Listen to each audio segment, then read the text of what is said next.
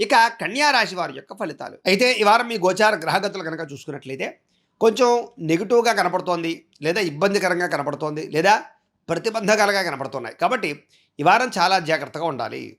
ఏ పని ప్రారంభం చేసినా ఏది తొందరగా జవలదు మీకు. ఆలస్యం అయిపోతూ ఉంటుంది. కాబట్టి పనులలో జాప్యం ఎక్కువగా కనపడుతోంది కాబట్టి జాగ్రత్త.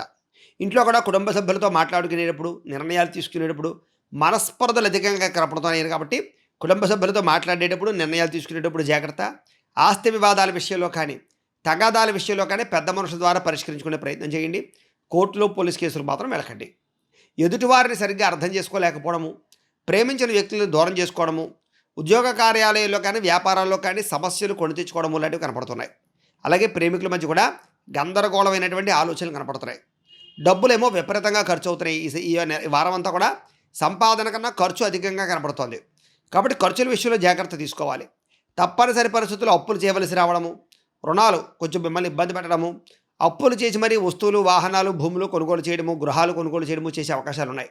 కాకపోతే కొన్ని రకాల వ్యాపారాలకి వాటికి అప్పులు చేయడం తప్పు లేదు కానీ, దుబారా వస్తువులకి, అనవసరమైన షాపింగ్‌లకి అప్పులు చేసి క్రెడిట్